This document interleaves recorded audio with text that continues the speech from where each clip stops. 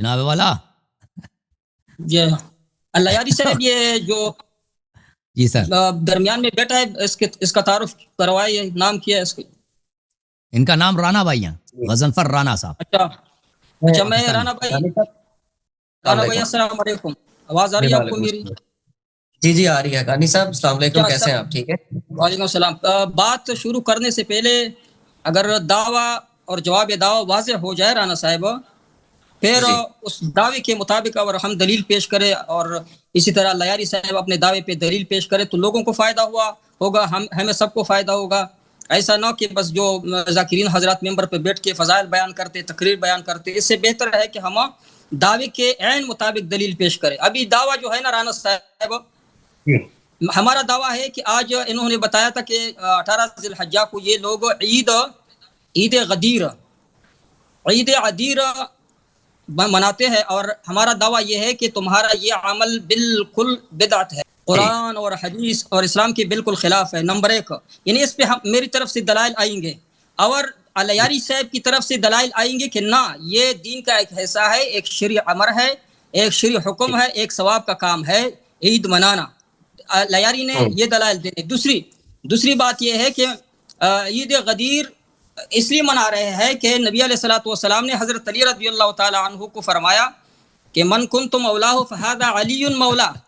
حضرت علی رضی اللہ تعالی عنہ کو نبی علیہ الصلوۃ والسلام نے مولا کہا ہے، یعنی کہ خلیفہ بلا فصل کہا ہے.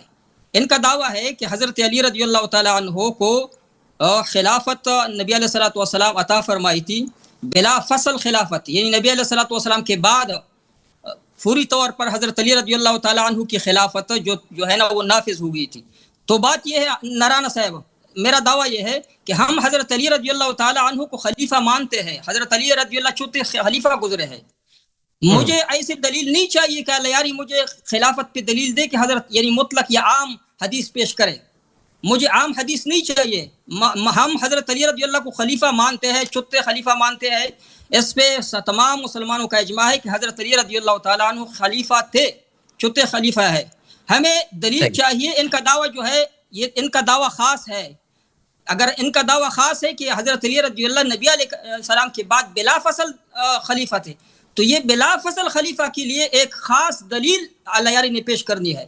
ہاں تعویلات کرنا، قیاسات کرنا عقیدے میں یہ نہیں چلتا کہ یہ قیاس کرے، تعویل کرے، اپنی طرف سے یہ توڑ مروڑ کے وہ پیش کرے.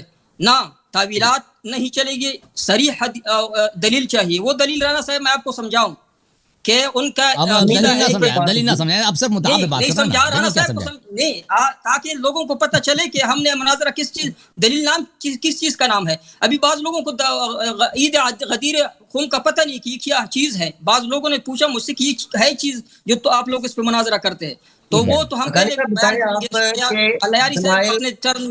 لیکن میں شرائط چند شرائط رانا صاحب میں رکھ رہا ہوں. اگر غلط ہے، مناظرہ کے خلاف ہے، یہ شرائط ٹھیک نہیں، تو آپ کہیں کہ یہ ٹھیک نہیں ہے. شرط یہ ہے کہ لیاری صاحب نے اپنے دعوے کے مطابق، یعنی جو خاص دعویٰ ہے کہ حضرت علی رضی اللہ بلا فصل خلیفہ تھے، یہ حدیث غدیر خم سے پیش کرے، جو بھی جس حدیث سے پیش کرے، لیکن خاص دلیل انہوں نے پیش کرنی ہے، عام دلیل نہیں. ان کو پتہ ہے کہ عام یعنی جو مطلق ہوتا ہے، المطلق یجرا علی اطلاقی، مطلق مجھے نہیں چاہیے کیونکہ ہم حضرت علی رضی اللہ کو خلیفہ مانتے ہیں. عثمان رضی اللہ کے بعد ہاں عید پہ اس کو اگر یہ کہتے ہیں کہ عید منانا ثواب کا کام ہے شریعت میں، اگر اس کا یہ دعویٰ ہے، تو پھر اس کے لیے ہمیں دلیل شرعی پیش کریں گے یہ اللہ یاری صاحب. تو آپ مجھے وقت دے، اللہ یاری کو 5 منٹ وقت دے. 1 گھنٹہ مناظرہ رکھ کے 1 گھنٹے میں اپنے دلائل پیش کر سکتا ہوں اللہ یاری صاحب. 1 گھنٹے کے بعد مناظرہ ختم ہو. اکانی صاحب 20 سیکنڈ دیجیے. حسن اللہ یاری صاحب، یہاں نا ایک پرابلم بنتی ہے کہ گھنٹہ بھی ایک ہے. اکانی صاحب کی فرمائش کے مطابق دیکھیں، خطبہ غدیر خم پہلے ہے، عید کی سیلیبریشن بعد میں ہے. آیا ہم نے یہ دونوں ٹاپک الگ کرنے ہیں؟ دیکھیں عید تو پھر سیکنڈری ٹاپک بن جاتا ہے نا حسن علی یاری صاحب، تو یہ تو مکس نہیں ہو جائے گا. پہلے آپ مجھے رائے دے دیں پھر شروع کرتے ہیں.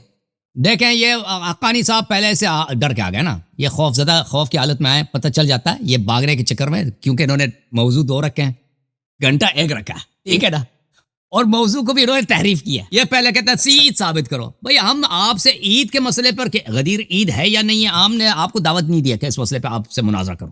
ہم نے آپ سے اس مسئلے پہ دعوت دی کہ مناظرہ کریں آپ شیخ صاحب کہ عید حدیث غدیر کا مفاد مدلول اس کا مطلب کیا.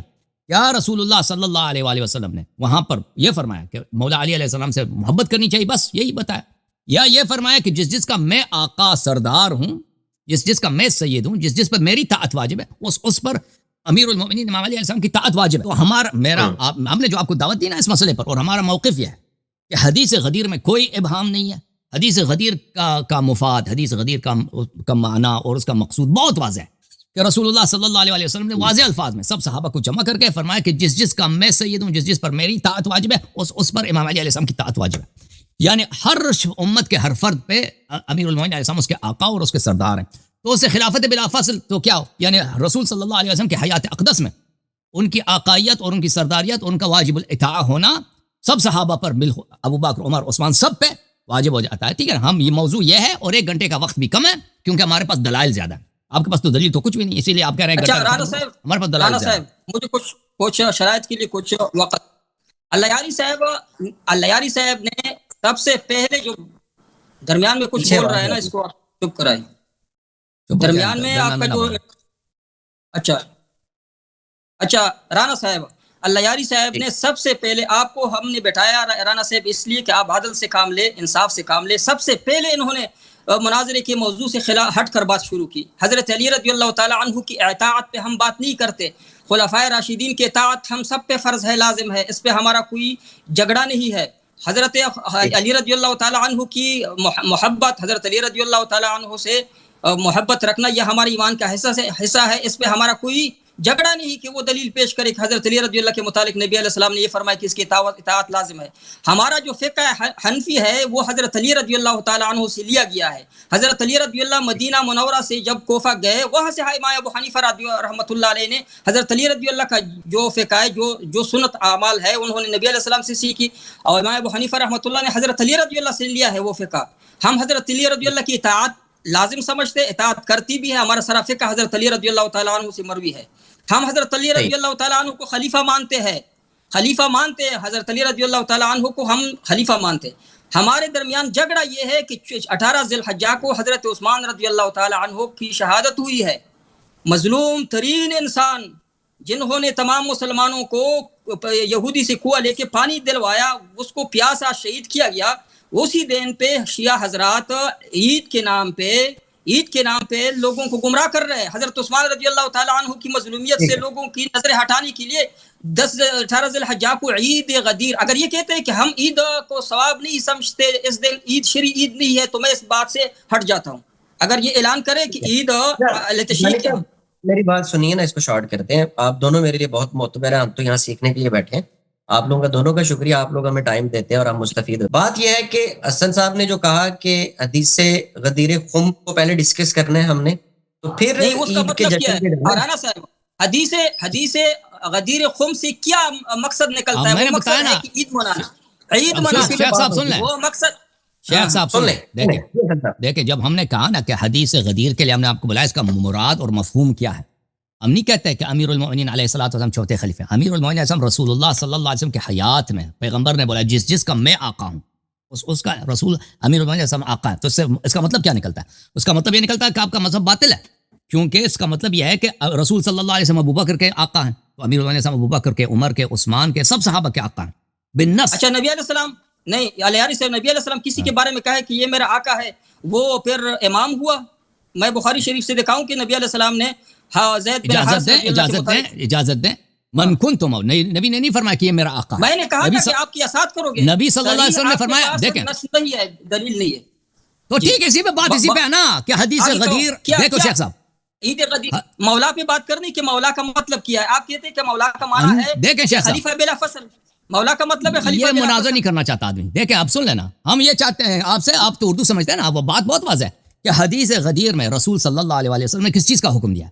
یا جو شیعہ عقیدہ ہے، شیعہ عقیدہ یہ ہے کہ جس کا آقا، جس پہ رسول صلی اللہ علیہ وسلم کی طاعت واجب ہے، اس پر مولا علی علیہ السلام کی طاعت واجب ہے. یعنی پیغمبر نے امت کے لیے کوئی کسر نہیں چھوڑی. کسی کے پاس کوئی حجت نہیں ہے، کوئی عذر نہیں ہے کہ ابو بکر کو اپنا پہلا امام مان لے. امامت ہی باطل ہے. جب پیغمبر نے کہہ دیا کہ مولا علی علیہ السلام جس کے پیغمبر آقا ہیں اس کے رسول صلی اللہ علیہ وسلم آقا ہیں, تو اس کے بعد کسی کے نہیں چلتا, کسی کے لیے کوئی عذر نہیں. یہ آپ کا مدعا ہے یار. اگر آپ کہتے ہیں نا کہ اس سے مراد یہ ہے کہ مولا سے مراد کوئی اور لفظ ہے, نہیں دوست ہے, یار ہے, فلان ہے, بات کہہ رہا ہوں کہ آپ کا مدعا یہ ہے کہ حضرت علی رضی اللہ تعالی عنہ کو عید غدیر کے موقع پہ, غدیر خم کے موقع پہ نبی علیہ السلام نے خلیفہ بلا فصل کا منتخب کیا. آپ کا یہ مدعا ہے؟ نہیں. دیکھ خلیفہ کہتے ہیں, دیکھ اجازت دیں, الفاظ اہم ہوتے ہیں. خلیفہ بولتے ہیں جانشین کو, یعنی میرے بعد امام ہوں گے. نہیں, ہم نہیں کہتے ان کے حیات میں ہی, ان کے حیات میں, ان کے زندگی میں جس کے آقا نبی صلی اللہ علیہ وسلم, اس کے آقا امام علی علیہ السلام. ٹھیک ہے, یہ اسٹیبلش ہو گیا. اب نبی صلی اللہ علیہ وسلم نے اپنی موت کی خبر دی ہے, وہ دنیا سے جب چلے گئے, امیر المومنین کی آقائیت منسوخ نہیں ہوئی. اس طرح نہیں کہ انہوں نے فرمایا کہ میرے بعد یہ آپ کے امام, نہیں, میرے زندگی میں ان کے, جیسے انت منی بمنزلت ہارون من موسیٰ, حضرت ہارون علیہ السلام موسیٰ کے حیات میں بنی اسرائیل کے امام ہیں, بنی اسرائیل کے مولا ہیں. جی میں بعد ہی نہیں فرمایا, یہ نہیں فرمایا کہ میرے بعد خلیفہ ہے. نبی علیہ السلام نے فرمایا کہ میرے موجودگی میں امام اور خلیفہ ہے. یہ آپ ثابت کر رہے ہیں. یہی ہے, میں کہہ دوں گا, میں نے اپنا ادعا بتا دیا ہے. من کنت مولا فعلی علیہ مولا کا مطلب کیا ہے, میں اس کی دلیل دوں گا. اسی وجہ سے, اسی وجہ سے اہل تشیع جو آپ کہتے ہیں نا, جو آپ کہتے ہو کہ عثمان کی موت کی وجہ سے ہم یہ مناتے ہیں, عید غدیر مناتے ہیں, یہ سراسر جھوٹ اور بہتان ہے. ہمیں عثمان کی موت سے کوئی اجازت دیں. عثمان کا موت 18 ذی الحجہ کو نہیں ہے, وہ کسی اور تاریخ کو, اس کا آپ کے پاس کوئی حدیث نہیں ہے. اجازت دیں شیخ صاحب, کوئی صحیح, لیکن وہ ہمارا موضوع نہیں ہے. وہ کسی شیعہ کتاب میں نہیں ہے کہ مثلا شیعہ اس لیے مناتے ہیں کہ عثمان مر گیا نا. گرچہ ہمیں عثمان کی موت پہ بڑی خوشی ہے, بہت خوشی ہے, لیکن ہم عید غدیر مناتے ہیں. ہم یہ عثمان کا موت 18 ذی الحجہ کو نہیں ہے, عثمان کا موت اور تاریخ کو ہے. ہم عید 18 ذی الحجہ کو عید غدیر کی وجہ سے ہم عید مناتے ہیں, نہ کسی عثمان کی وجہ سے, لیکن وہ ہمارا موضوع نہیں ہے. اچھا, آپ 18 ذی الحجہ کو حدیث عید غدیر کے غدیر خم کی وجہ سے, حدیث غدیر خم کی وجہ سے عید منا رہے ہو اور اس کو ثواب سمجھتے ہو. یہ ہمارا موضوع نہیں ہے. ہمارا موضوع ہے مدلول, معنی, مفاد. حدیث غدیر کا اس میں دلالت کس بات پہ کرتی ہے, یہ ہمارا موضوع ہے. مناظرہ نہیں کرنا ہے تو بھائی واضح طور پہ کہہ دو مناظرہ نہیں کر سکتا, نہیں آتا, مطلب تیاری نہیں ہے. کرنا ہے تو آ جاؤ, اس کے بعد کرتے ہیں نا. عید پہ آج بھی عید سے ہٹ جاؤ نا. آپ کون اہل تشیع کو عید منانا, یہ موضوع مناظرہ نہیں. ہم کیوں ہٹیں؟ آپ پہلے مفاد عید غدیر پہ مناظرہ کر لو. مفاد آپ نے غلط ثابت کیا, خود بخود عید باطل ہو گیا. ہمارا موضوع ہے عید غدیر خم. عید غدیر خم ہمارا موضوع. آپ سے جو ہم نے آپ کو دعوت دی نا, موضوع عید غدیر, حدیث غدیر کا مفہوم کیا ہے, مطلب کیا ہے, کیا یہ غلط کرتی ہے کہ امام علی علیہ السلام جس کے پیغمبر آقا ہیں اس کے آقا ہیں. مجھے دعوت جو ملی ہے وہ اسی بات پہ کہ عید غدیر خم پہ بات کرنی. اب عید سے آپ کہے کہ عید کا ثواب نہیں, بس میں چھوڑ دیتا ہوں, آگے چلتے ہیں. عید کا ثواب سمجھ, بالکل عید کا ثواب ہے, عید کا ثواب ہے. اہل بیت علیہ السلام کے احادیث ہیں اس مسئلے پر, ٹھیک ہے نا, اس مسئلے پر. لیکن ہم اس پہ ٹھیک ہے, پہلے امامت, پہلے اصل مفاد پہ بات کرتے ہیں, پھر عید پہ بات کریں گے, ٹھیک ہے نا. وقت ضائع نہ کریں پلیز, یہ آدمی وقت ضائع کرنے کا استاد ہے. آپ کا جو دعویٰ ہے, جس طرح کہ آپ کا پسینہ میں نے نکالا تھا نا شرک کے موضوع پہ, آج آپ کا انشاءاللہ خون نکالوں گا. خون, آپ کا خون نکل آئے گا اللہ کے فضل سے.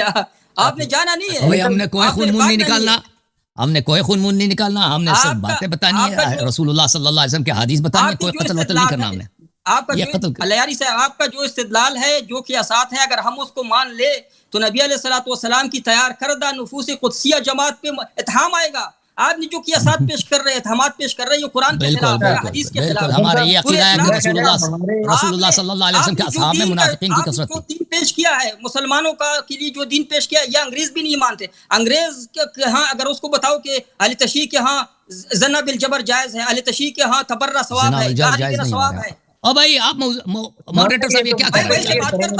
آپ نے پورا دین گھر میں بنایا ہے, بدعی دین ہے. جس طرح عید غدیر موضوع پہ بات کریں گے نا, موضوع پہ بات کریں گے. بھائی کس نے دین گھر میں بنایا, وہ پتہ چلے گا نا, مناظرے میں پتہ چلے گا. عید غدیر پہ آپ نے عید پہ دلیل پیش کرنی ہے کہ دلیل موضوع پہلے جو مفاد حدیث ہے نا اس پہ بات ہوگی, اس کے بعد عید پہ بھی آپ کی خواہش ہے بات کریں گے, کوئی بات. پہلے مولا پہ بات ہوئی کہ مولا کا مطلب کیا ہے. پہلے مفاد لفظ پہ صرف ایک لفظ بھی نہیں کریں گے, مولا کا کیا مطلب ہے, مفاد حدیث پر. دعویٰ کیا آپ نے, اس پہ دعویٰ کیا آپ کا. دعویٰ ہمارا یہ ہے کہ رسول اللہ صلی اللہ علیہ وسلم نے غدیر کے میدان میں فرمایا من کنت مولاه فعلی علیہ السلام مولا. اس حدیث کا مطلب یہ بنتا ہے جس پر میری طاعت واجب ہے, جس پر میں اولا بالنفس اس سے ہوں, النبی اولا بالمؤمنین من انفسہم, جس کا میں آقا ہوں، سردار ہوں، سید ہوں، امیر المؤمنین علیہ السلام اس کے آقا ہیں، اس کے سید ہیں، اس کے سردار ہیں، اس کے نفس پر اس سے زیادہ حاکم ہے، یہ اس کا مطلب ہے۔ یہ دعویٰ ہوا رانا صاحب، یہ عالم ہے، اللہ تعالیٰ آپ کو ہدایت اس طرح دعویٰ ہوتا ہے، آپ اس طرح کہو کہ بھائی اس نے مناظرہ کر رہا دیا ساری آدمی ڈرامے باز ہے، یہ ڈر کیا ہے؟ میں پیش کرتا ہوں ابھی، میں دعویٰ غلط ہے، میرا دعویٰ سن لیں، میں دعویٰ پیش کر، دعویٰ کس طرح، اس دعویٰ کا پتہ ہے، جواب دعویٰ کا پتہ، میں پیش کر رہا ہوں کہ عید حدیث غدیر خم سے حضرت علی رضی اللہ تعالی عنہ کی خلافت بلا فصل ثابت نہیں ہو رہی ہے، یہ کہے کہ حضرت علی رضی اللہ تعالی عنہ کی خلافت بلا فصل حدیث غدیر خم سے ثابت ہو رہی ہے، یہ دعویٰ کرے، اس طرح صاف دعویٰ کرو، اس طرح وہ ضمن میں آ جاتا ہے نا، جب اس کے آقا سب کے آقا بن گئے نا تو نبی پہلے دعویٰ صاف بات کریں گے، تنقیحات کے بعد تنقیحات ہوں گے نا آپ کے دعوے پہ، آپ دانی صاحب اپنا دعویٰ پیش کریں نا، حسن اللہ یاری صاحب جواب دعویٰ دیں گے نا، آپ کے 5 منٹ ہم شروع کرتے ہیں۔ میرا دعویٰ یہ ہے کہ میں دعویٰ ویسٹ ہو رہا ہے، وہ پتہ ہے آڈینس کا بھی ٹائم، 5 منٹ مجھے دے، 5 منٹ مجھے دے، پھر اس کو دے 5 منٹ، شروع کرتے 5 منٹ ٹائم لگا بسم اللہ چلیں شروع کریں۔ بسم اللہ الرحمن الرحیم۔ میرا دعویٰ یہ ہے کہ 18 ذی الحجہ کو اہل تشیع روافض جو عید غدیر خم کے نام پہ عید مناتے ہیں اور ان کو ثواب سمجھتے ہیں، یہ صریح بدعت ہے، یہ صریح گمراہی ہے۔ جس طرح کہ اہل تشیع کے جملہ عقائد، نماز، کلمہ، ان میں بدعات اختراعات انہوں نے داخل کیے ہیں، روزے میں، رمضان میں، اور اسی طرح حج میں، زکوٰۃ میں، دین میں، جملہ دین میں انہوں نے بدعات عقائد کے اندر بدعات داخل کیے ہیں۔ اسی طرح یہ عید غدیر خم جو ہے یہ ایک بدعی اختراعی امر ہے، اس پہ شرعی کوئی دلیل ہے ہی نہیں، اگر شرعی دلیل ہوگی تو انشاءاللہ اللہ یاری سے ہم سب سے پہلے وہ دلیل کا مطالبہ کریں گے کہ عید غدیر خم پہ وہ دلیل پیش کرے کہ جس کی وجہ سے آپ اس عید کو ثواب سمجھتے ہو، لوگوں کو کہتے ہو کہ عید منانا ثواب کا کام ہے 18 ذی الحجہ کو، تو اس کے لیے میں آخر تک اللہ یاری سے یہی کہوں گا کہ اس بدعی، میں کہتا ہوں یہ بدعی کام ہے، یہ عید منانا آپ کی بدعت ہے، صریح بدعت ہے، شیعہ کی کتابوں سے ثابت کر سکتا ہوں بدعت کی تعریف۔ میں آخر تک ان سے مطالبہ کروں گا کہ اللہ یاری صاحب اس پر آپ دلیل شرعی پیش کریں، اگر آپ عید کو امر شرعی، حکم شرعی سمجھتے ہو تو پھر اس پر دلیل شرعی پیش کریں۔ میں آخر تک سے مطالبہ کروں گا، لیکن قیامت تک یہ اللہ یاری صاحب دلیل پیش نہ کر سکے گا، صرف قیاسات پیش کریں گے۔ یہ اللہ یاری صاحب مر جائے گا لیکن دلیل نہیں دے سکے گا۔ آپ رانا صاحب گواہ رہے، اگر اس نے دلیل پیش کی تو میں اسی وقت اس کے ہاتھ پہ بیعت کروں گا کہ عید غدیر خم پہ یہ شرعی دلیل پیش کر سکے، کیونکہ یہ اس کو امر شرعی کہتے ہیں۔ تو دوسرا یہ کہہ رہا ہے، اللہ یاری صاحب کا دعویٰ یہ ہے کہ حضرت علی رضی اللہ تعالی عنہ نبی علیہ الصلوۃ والسلام کے بعد خلیفہ بلا فصل ہے۔ خلیفہ تو ہم حضرت علی رضی اللہ کو مانتے ہیں، حضرت عثمان رضی اللہ تعالی عنہ کے بعد ہم حضرت علی رضی اللہ کو خلیفہ مانتے ہیں۔ ان کا ایک دعویٰ، خاص دعویٰ ہے، خلیفہ بلا فصل کا دعویٰ ہے، یہ خاص دعویٰ ہے۔ اہل تشیع کا ساتھ ہمارا جو تنازع ہے، ہمارا جھگڑا ہے، اسی بات پہ ہے کہ حضرت علی رضی اللہ کو ہم چوتھا خلیفہ مانتے اور اہل تشیع اس کو پہلا بلا فصل خلیفہ مانتے۔ اگر ان کا یہ دعویٰ جو ہے یہ دعویٰ خاص ہے تو جو حدیث غدیر خم کی جو حدیث ہے وہ مطلق ہے، وہ حدیث عام ہے، وہ ان کی دلیل نہیں بنتی۔ یہ علماء کرام جو سنتے اہل تشیع ان کو پتہ ہے۔ حدیث غدیر خم کا جو حدیث ہے، نبی علیہ السلام نے فرمایا من کنت مولا فہذا علی مولا۔ اگر یہ مولا کا مطلب خلیفہ لے رہے ہیں تو یہاں یہ جو لفظ ہے یہ مطلق بیان ہوا ہے، تو ہم بھی حضرت علی رضی اللہ تعالیٰ عنہ کو خلیفہ مانتے۔ ہاں، یہ ہمیں ایسی حدیث پیش کرے، ایسی دلیل پیش کرے کہ وہاں پہ صریح لو کہ نبی علیہ الصلوۃ والسلام کے بعد حضرت علی رضی اللہ تعالیٰ عنہ خلیفہ ہوں گے، یعنی درمیان میں کوئی فاصلہ نہ ہوگا، بلا فصل خلیفہ ہوں گے۔ یہ جب اس کا دعویٰ خاص ہے تو دلیل بھی انہوں نے خاص پیش کر دی۔ ہاں، قیاسات عقیدے میں نہیں چلتے کہ یہ قیاس کرے کہ اس دلیل سے۔ اور من کنت مولا فہذا علی مولا، میں سب سے پہلے مولا کا مطلب گرامر کے لحاظ سے، عربی گرامر کے لحاظ سے، لغت کی کتابوں سے میں اس کا ترجمہ آپ کو انشاءاللہ دکھاؤں گا کہ اس کا ترجمہ کیا بنتا ہے۔ دوسرا یہ کہ میں نبی علیہ الصلوۃ والسلام نے خود اس حدیث میں آگے من کنت مولا فہذا علی مولا اس کے آگے تشریح فرمائی ہے۔ حدیث کا جو پہلا جملہ ہے اس کی تشریح نبی علیہ الصلوۃ والسلام نے دوسرے جملے سے کی ہے، لیکن ہم لغت کی کتابوں سے دیکھیں کہ مولا کی لغت کی کتابوں میں لکھا ہے کہ مولا یہ مشترک ہے، یہ لفظ ان کے 25 معنی بنتے ہیں، 25 معنی. لیکن قرآن میں جو یہ لفظ استعمال ہوا ہے مولا کا لفظ، یہ دوست محب کے معنی میں استعمال ہوا ہے. احادیثوں میں اگر یہ لفظ استعمال ہوا ہے تو یہ محب اور دوست کے معنی میں استعمال ہوا ہے. اگر بالفرض ہم ان کے ساتھ مان لے کہ مولا کا مطلب خلیفہ بھی ہے، تو میں نے پہلے کہا کہ ہم حضرت علی رضی اللہ کو خلیفہ مانتے ہیں. اس کو ایسے حدیث پیش کرنا ہے کہ اس میں ہو کہ نبی علیہ السلام کے بعد بلا فضل خلیفہ تو ہم مانتے ہیں، اس میں جھگڑا نہیں ہے کہ یہ ہمیں کوئی حدیث پیش کرے کہ حضرت علی رضی اللہ تعالیٰ.